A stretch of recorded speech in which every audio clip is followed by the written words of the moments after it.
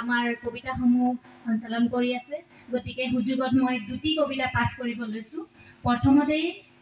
কবিতা পাঠ কৰিব লোৱা কবিতাটিৰ শিৰোনাম হৈছে এমুঠি জোনাক বিশাল নীলা আকাশখনলৈ দৃষ্টি নিক্ষেপ কৰিলে দেখা পাওঁ এটি স্নিগ্ধ জোনাক হাতৰ মুঠিত যেন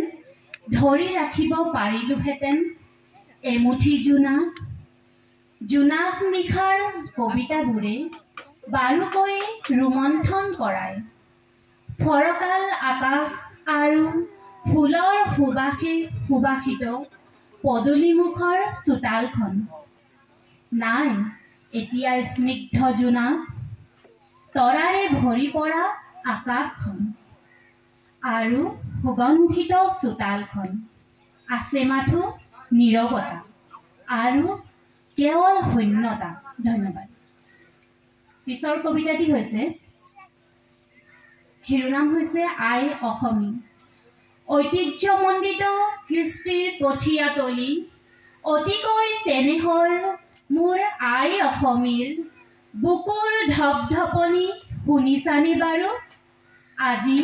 খণ্ড বিখণ্ড হ'বলৈ ধৰিছে অসম মাতৃৰ সন্তানৰ দ্বাৰা কলা কৃষ্টি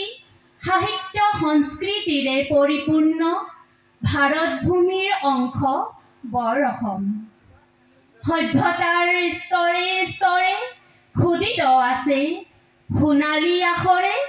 অসমীয়াৰ নাম সন্মিলিত সমস্বৰে যাচো প্ৰণাম নানা জাতি উপজাতি মিলি অসমীয়াৰ সৃষ্টি তেন্তে কিয় প্ৰয়োজন হৈছে সংজ্ঞা দৃষ্টিৰ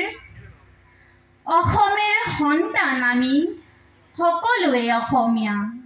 ভিন ভিন কৃষ্টি বাৰে ৰহণীয়া ভেদভাৱ ছিঙি একেলগে থাকো আমি নহওঁ মগনীয়া সেউজীয়া ধৰণী আমাৰ সংস্কৃতিৰ ভঁৰাল নকৰিবা খণ্ডিত জননীৰ সন্তান নতুন আশা নতুন সুৰেৰে গোৱা নতুনত্বৰ গান মানৱে মানৱতাৰে জীয়াই ৰাখিব লাগিব আমাৰ সেউজী ধৰণী য'ত লুকাই আছে অজস্ৰ প্ৰাণ আৰু তাৰ আত্মীয়তা ভাতৃত্ববোধৰ এয়াই আমাৰ অসম বৰ অসম ধন্যবাদ জনাইছো